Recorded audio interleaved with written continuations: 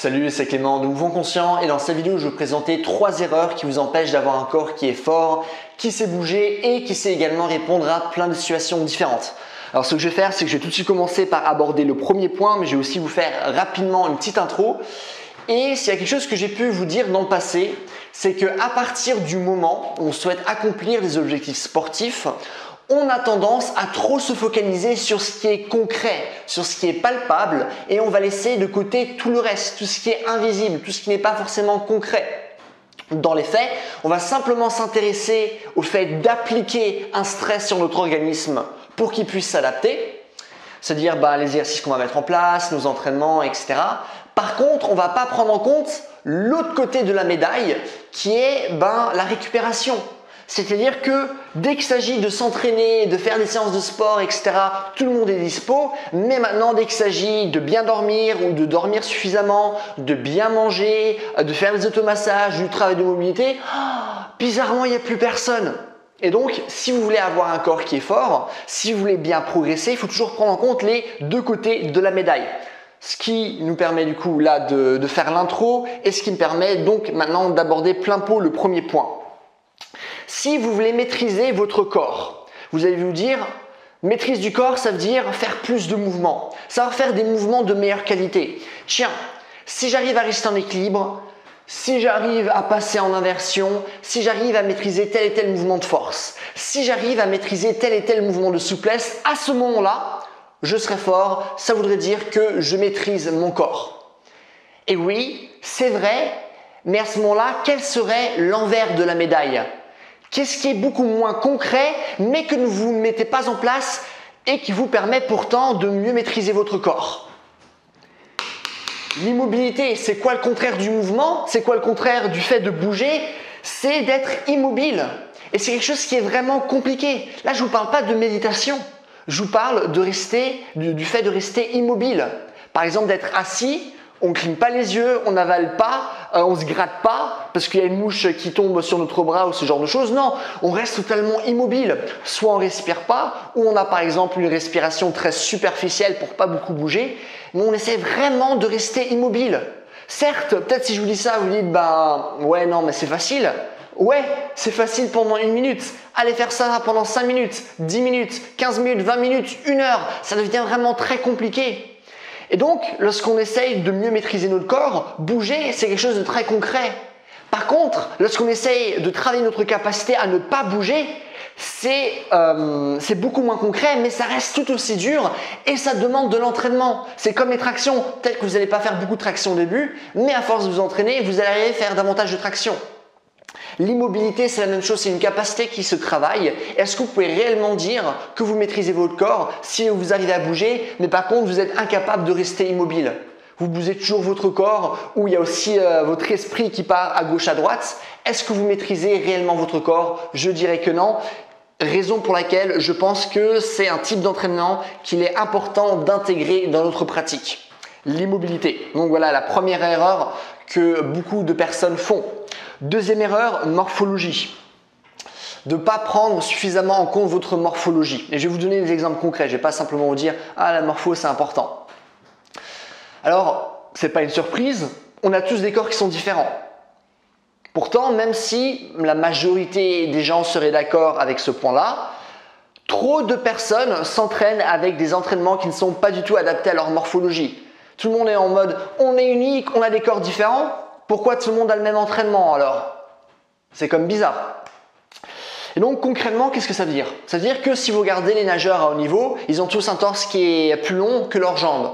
Regardez tous les coureurs d'endurance à haut niveau, la majorité ont des jambes qui sont plus longues que leur torse. Pourquoi?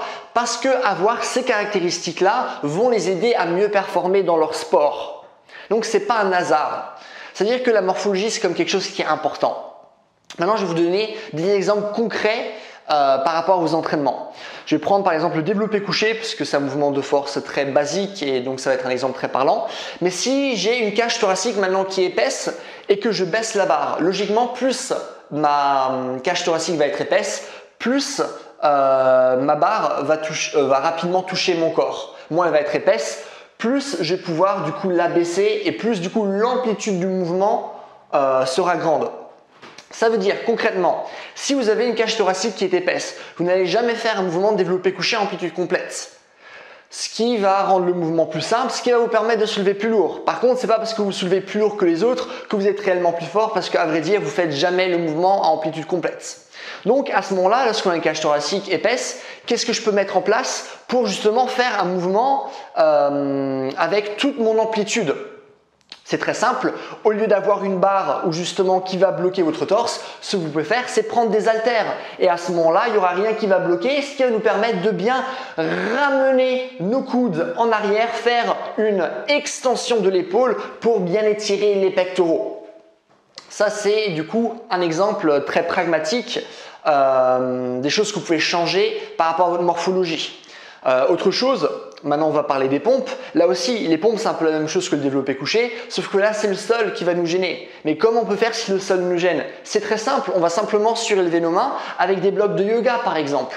Et du coup, ça va nous permettre de ramener notre torse au niveau du sol et donc de ramener là aussi nos coudes le plus possible en arrière et d'aller là aussi en extension complète de l'épaule. Ça, c'est les choses que vous pouvez mettre en place. Après, bien sûr, je ne vais pas vous dire toutes les caractéristiques qu'on peut retrouver chez les personnes parce que chaque personne a des caractéristiques uniques. Néanmoins, je vous invite à regarder votre corps, à analyser votre corps. Mettez-vous à poil devant votre miroir, analysez votre corps et ça va vous permettre de mieux mettre en place vos entraînements et du coup, par la suite, de mieux progresser. Ça, ce serait la morphologie. Donc si on reprend ensemble les différents points, je vous ai dit que la première erreur que beaucoup de personnes font, c'est qu'elles ne mettent pas en place du travail d'immobilité dans leurs entraînements.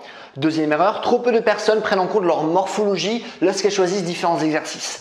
Troisième erreur, trop peu de personnes prennent en compte le tempo des exercices, ce qui les empêche de bien progresser. Pourquoi? Parce qu'en fait, un exercice, c'est pas simplement un exercice. Faire des tractions, c'est pas simplement faire des tractions. Faire des pompes en poirier, c'est pas simplement faire des pompes en poirier. Pourquoi?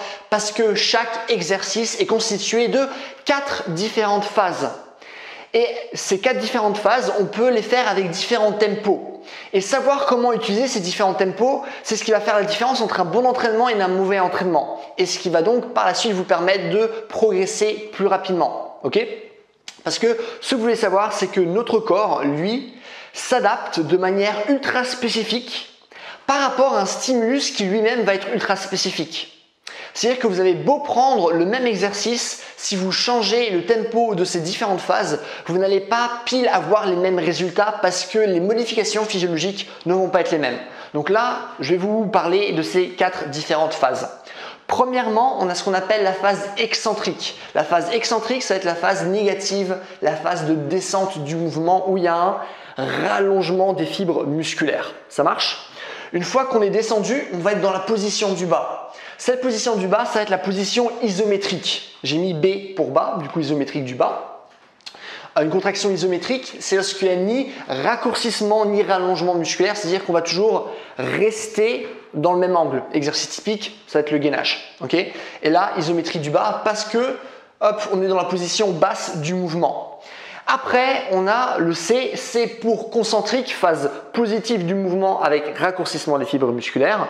Et après, une fois qu'on a monté, on arrive dans la position isométrique, mais cette fois-ci du haut. Raison pour laquelle j'ai mis un H. Il se trouve que chacune de ces phases de contraction vont nous donner des avantages. Et lorsqu'on connaît ces avantages et qu'on sait comment moduler différents tempos par rapport à ces avantages, ça va nous permettre de bien progresser. Par exemple, l'excentrique, ce qui est intéressant, c'est qu'on est toujours plus fort en excentrique qu'on l'est en concentrique, ce qui nous permet de charger davantage, ce qui est génial pour surmonter des plateaux parce qu'on pourra mettre davantage de poids, et ce qui est aussi génial pour apprendre des mouvements où on ne sait pas faire la phase concentrique par exemple. Typiquement, si vous ne savez pas faire des tractions et vous soulevez au-dessus d'une barre, simplement faire la phase de descente, ça va vous permettre aussi de bosser cette phase concentrique même si vous n'êtes pas capable de la faire. Okay? Après, lorsqu'on s'intéresse à l'isométrie, ce qui est intéressant, c'est qu'on va simplement gagner des résultats, on va simplement voir les modifications physiologiques dans l'angle dans lequel on travaille. Je travaille dans cet angle-là, je vais gagner de la force dans cet angle-là et pas vraiment dans celui-ci. Ça marche? Ce qui est bien parce que ça va nous permettre justement de corriger les points faibles. Ça va nous permettre de, par exemple, comme nous le dit Kelly Starrett, de bosser le début du mouvement, c'est-à-dire la position basse et la position haute pour avoir des modifications physiologiques spécifiques dans ces phases-là, ce qui va nous permettre d'améliorer le mouvement de manière générale. Par contre, ce qui est plus spécifiquement intéressant par rapport à l'isométrie du bas, c'est que ça va nous permettre de bloquer le rebond, comme j'ai pu vous le dire récemment. C'est-à-dire que lorsqu'on fait un mouvement du coup excentrique et concentrique, on va accumuler de l'énergie élastique. C'est-à-dire qu'en descendant, ça va être après plus facile pour moi de remonter. Par contre, si maintenant on fait une pause entre la descente et la montée, ça va être beaucoup plus dur. Donc c'est un moyen très intéressant pour augmenter l'intensité de vos différents exercices et donc en augmentant l'intensité de progresser davantage par la suite. Concentrique, du coup ça va être cette phase-là, la phase positive. On pense que c'est simplement, si finalement on part beaucoup de l'excentrique, beaucoup de l'isométrique, mais très peu de la phase concentrique. Or, il y a 3 manières différentes de faire cette phase concentrique. La manière normale, c'est par exemple, je vais faire une traction et je vais me soulever par exemple pendant 1 seconde.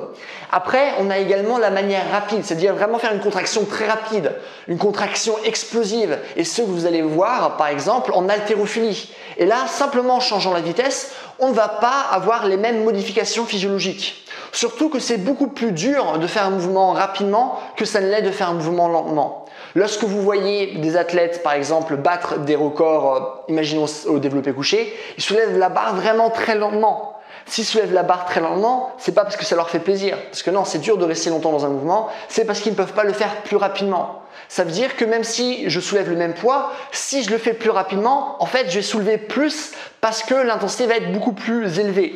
Du coup, ça aussi, c'est un moyen intéressant de moduler le tempo pour avoir de modifications physiologiques et pour augmenter l'intensité de nos différents exercices.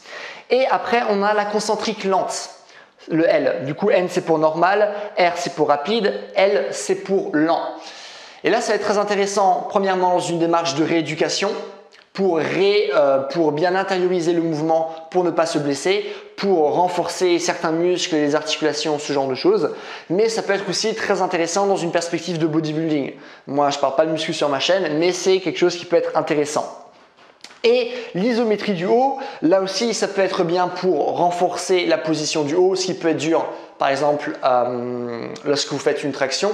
Garder la position du haut pour avoir la force pile en flexion maximale, mais en fonction des mouvements, ça peut être aussi très intéressant, par exemple lorsqu'on fait des pompes, lorsqu'on arrive à l'isométrie du haut, parce que ça nous permet toujours de rester en mouvement, mais de faire une petite pause. Et simplement de faire cette petite pause entre différentes répétitions, ça nous permet de se reposer, de pouvoir travailler encore avec davantage d'intensité, ce qui va nous permettre finalement par la suite aussi de mieux progresser. Donc voilà, vraiment en gérant des excentriques plutôt lentes ou rapides, en bloquant le rebond en isométrie du bas, en gérant le tempo de la phase concentrique ou en gérant le tempo de la phase isométrique du haut, ça va nous permettre de moduler énormément de choses et par la suite de mieux progresser spécifiquement par rapport à nos objectifs. Du coup, voilà les 3 erreurs que font beaucoup de personnes et qui les empêchent d'avoir un corps qui est fort et qui les empêchent finalement d'atteindre leurs objectifs. Et du coup, ça c'est vraiment quelque chose de très important à mettre en place, de très basique, mais voilà. Écoutez, c'est tout. Si vous avez des questions, des choses que vous ne comprenez pas, n'hésitez pas à me mettre dans les commentaires. Je réponds absolument à tout le monde, comme d'habitude. Si vous avez aimé la vidéo, n'hésitez pas à me mettre un j'aime, ce qui est cool pour moi parce que comme ça ma vidéo sera mieux répertoriée. N'hésitez pas aussi à vous abonner si vous voulez voir davantage de vidéos de ce genre et si vous voulez un programme qui vous explique justement comment développer votre force, mais votre souplesse, mais également votre coordination, votre vitesse, votre endurance. Un programme qui a différents programmes d'entraînement que vous pouvez suivre. Un programme qui vous parle aussi de mobilité, de posture, de rééducation, qui vous parle aussi de mouvement, comment mieux bouger avec son corps de manière générale, avec un programme d'entraînement que vous pouvez suivre. N'hésitez pas à aller sur mon site, c'est le premier lien que vous allez trouver dans la description. Et voilà, c'est bonne journée, bye!